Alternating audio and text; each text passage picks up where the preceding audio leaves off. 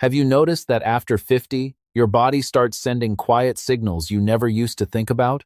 Maybe the stairs feel steeper. Maybe carrying groceries leaves you breathing harder. Maybe your arms feel softer, your legs feel less steady, and getting up from a low chair takes more effort than it should. At first, these changes seem small. Most people ignore them. They say, "I'm just getting older." They laugh it off. They slow down each month. They stop bending, stop pushing, stop squatting, and stop using the muscles that once carried them through life with ease. That is where the real danger begins. Not in one dramatic moment, not in one sudden injury, but in the quiet acceptance that weakness is normal, balance loss is expected, and needing help is simply part of aging. But here is what many people over 50 are never told. Your body is still listening. Your muscles, joints, bones, and nervous system can still respond when you give them the right signal. Are you giving that signal, or have you stopped asking your body to stay strong? But what if the real problem is not your age, but the movements your body stopped doing? Frailty is not always the price of getting older. In many cases, weakness grows because the body stops being challenged in a safe and consistent way. Think about it. If you rarely push with your arms, those muscles begin to fade. If you avoid bending your knees, standing from a chair becomes harder. If your core is never asked to support your spine, balance starts to feel less reliable. The body adapts to what you ask of it, and when you ask less and less, it gives you less in return. But the good news is this: after 50, your body is not finished. Your muscles can still receive signals. Your joints can still become better supported. Your nervous system can still relearn strength, coordination, and confidence. You do not need a gym membership. You do not need expensive machines. You do not need to train like an athlete. You need a few simple movements, done with control, patience, and the right version for your body. And the first movement may surprise you, because many people think it is only for young people. The first movement is the push-up. Now, before you think, "That is not for me," let me explain why this movement matters so much after 50. A push-up is not just a gym exercise. It is one of the most practical strength patterns your body can learn. Every time you push open a heavy door, move a chair, steady yourself against a wall, or lift your body after losing balance, you are using the same basic pattern. That is why, medically, the push-up is more than a workout. It is a survival movement. It strengthens the chest, shoulders, triceps, and deep core muscles that help hold your body steady. And for older adults, that matters. Because independence is not only about walking, it is also about being able to protect yourself, catch yourself, and get yourself back up when life surprises. Many people do not realize how much upper body strength they have lost until they need it. A small slip, a low chair, or a moment on the floor can suddenly become frightening. But when trained safely, the push-up can help rebuild confidence in your arms, shoulders, and core. But doing push-ups the wrong way after 50 can hurt your shoulders, so the version you choose matters. If you are over 50, the goal is not to force your body into a hard push-up on the floor. The goal is to choose the safest version that wakes up the right muscles without putting your shoulders at risk. Start with wall push-ups. Stand about an arm's length from a wall, place your hands at chest height, keep your body straight, and slowly bend your elbows as you bring your chest closer to the wall. Then push away with control. This teaches your chest, shoulders, arms, and core to work together without the full weight of gravity. As you get stronger, move to a kitchen counter or a sturdy table. The lower the surface, the more body weight you are lifting. Later, if your body is ready, you can try knee push-ups on the floor, but form matters more than difficulty. Keep your body in one straight line. Do not let your hips sag. Do not rush.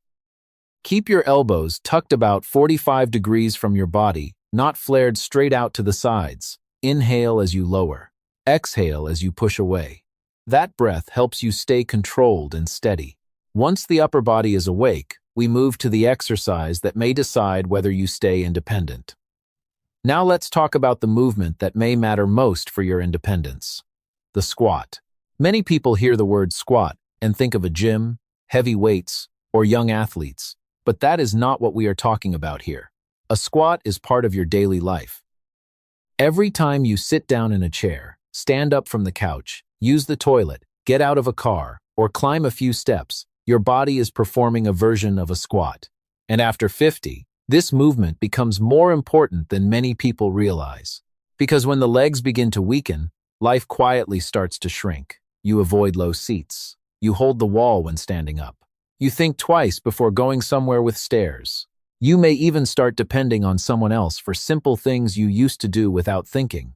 That loss of confidence can feel frustrating, even frightening. But the squat, when done safely, teaches your legs, hips, and core to work together again. It reminds your body how to rise, lower, balance, and support you. But the squat does more than strengthen your legs. It sends a powerful signal through your whole body. When you squat, you are not only moving your knees, you are waking up some of the largest and most important muscles in your body. Your thighs help you stand. Your hamstrings help control the lowering motion. Your glutes support your hips, protect your lower back, and give you the power to rise from a chair without pulling yourself up with your hands. After 50, these muscles matter more than ever because they are closely tied to balance, mobility, and daily confidence. Squats may also help support healthier bones. When your legs carry your body weight in a controlled way, that gentle pressure can signal the bones to stay stronger. This becomes especially important as the risk of bone loss and fractures increases with age. Squats may also support metabolism because large muscles use energy. When you train them regularly, your body may handle blood sugar more efficiently and support better insulin sensitivity. And perhaps most importantly, squats help fight the slow muscle loss that often comes with aging. This is not about looking younger. It is about staying capable. But before you try to go low, you need to know the safest way to squat after 50. The safest squat after 50 is not about going deep. It is about moving with control and staying in a range your body can handle. Start with an assisted squat. Stand in front of a sturdy chair, kitchen counter, or table, and use your hands lightly for balance. Place your feet about shoulder width apart, with your toes turned slightly outward. Before you bend your knees, think about sending your hips back, as if you are reaching for a chair behind you. This hip hinge is important because it helps protect the knees and brings the stronger glute muscles into the movement. As you lower, your knees should follow the same direction as your toes. Do not let them collapse inward. If your knees hurt, do not force a deep squat. A partial squat, even just a few inches, can still wake up the thighs, hips, and glutes while keeping the movement pain-free. Keep your chest lifted, your heels on the floor, and move slowly. Inhale as you lower. Exhale as you stand. The goal is not to prove how low you can go. The goal is to teach your body how to rise with confidence again. Now we have the arms and legs. But without this third area, the body still feels unstable. Now let's talk about the third area that holds everything together, your core. And no, this is not about having six-pack abs or trying to look younger in the mirror. After 50, your core is much more important than appearance.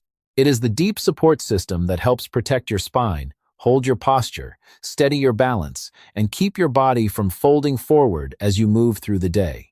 When these muscles become weak, you may feel it in ways that seem unrelated. Your lower back feels tired. Your posture starts to round. You feel less steady when you turn quickly.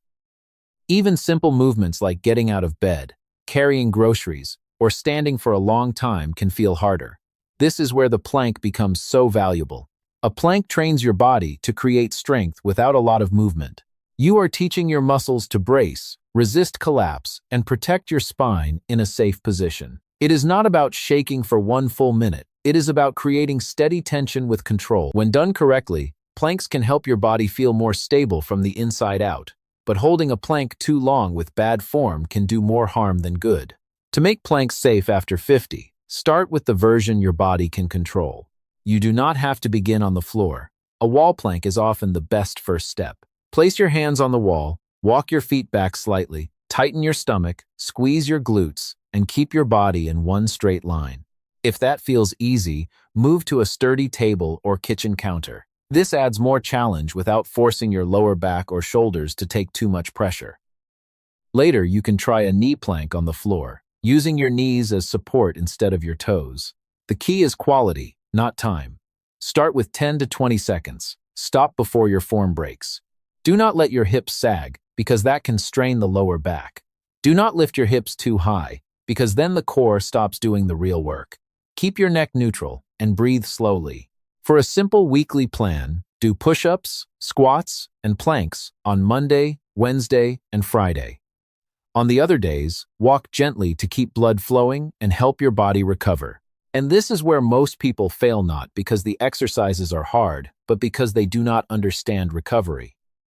The real power of these movements is not in doing them perfectly, it is in doing them consistently. A few careful push-ups, a few safe squats, and a few short planks may not look dramatic on day one, but over time, they can remind your body that strength is still possible. This is not about trying to look young again. It is about staying independent. It is about standing up from a chair with more confidence, walking across a room with better balance, getting off the floor without panic, carrying your own groceries, living with a little more control over your own body. Start slowly. Choose the version that feels safe. Stay in a pain-free range. And if you have serious joint problems, heart concerns, dizziness, or any medical condition, talk with your doctor or physical therapist before beginning a new exercise routine. Your health is personal, and safety always comes first.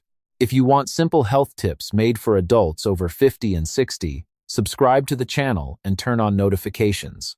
And leave a comment below. Which movement will you start with first, push-ups, squats, or planks? Thank you for watching. Stay strong, stay steady, and I'll see you in the next video.